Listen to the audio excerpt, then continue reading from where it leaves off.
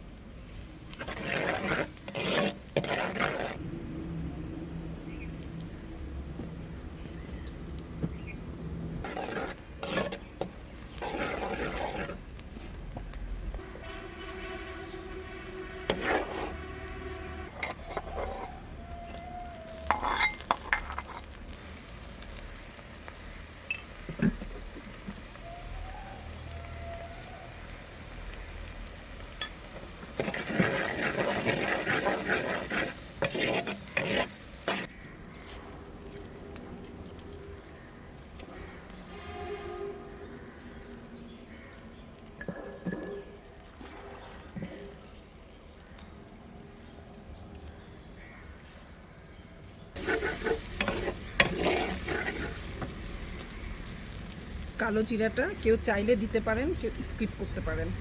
কালো জিরাটা আমি একটু পছন্দ করি, এজন্য আমি একটু দিলাম, যেহেতু কচু পাতা এজন্য।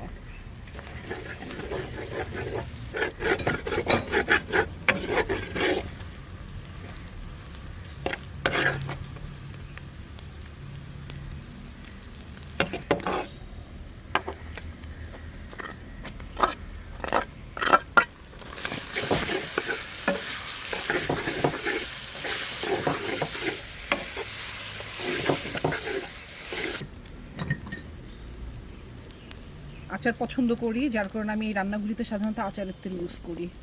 আপনারা যারা আচার পছন্দ না করেন, আচারের তেল পছন্দ না করেন, আপনারা একটু লেবু দিবেন, আর লেবুর রসটা, আর সাথে একটু সামান্য চিনি দিবেন। যেহেতু আমি আচার দিচ্ছি, আমার লেবু চিনির দরকার হচ্ছে না, আমি টক মিষ্টি দুইটাতে এটা পেয়ে যাচ্ছি, যেহেতু আচারটা টক মিষ্টি।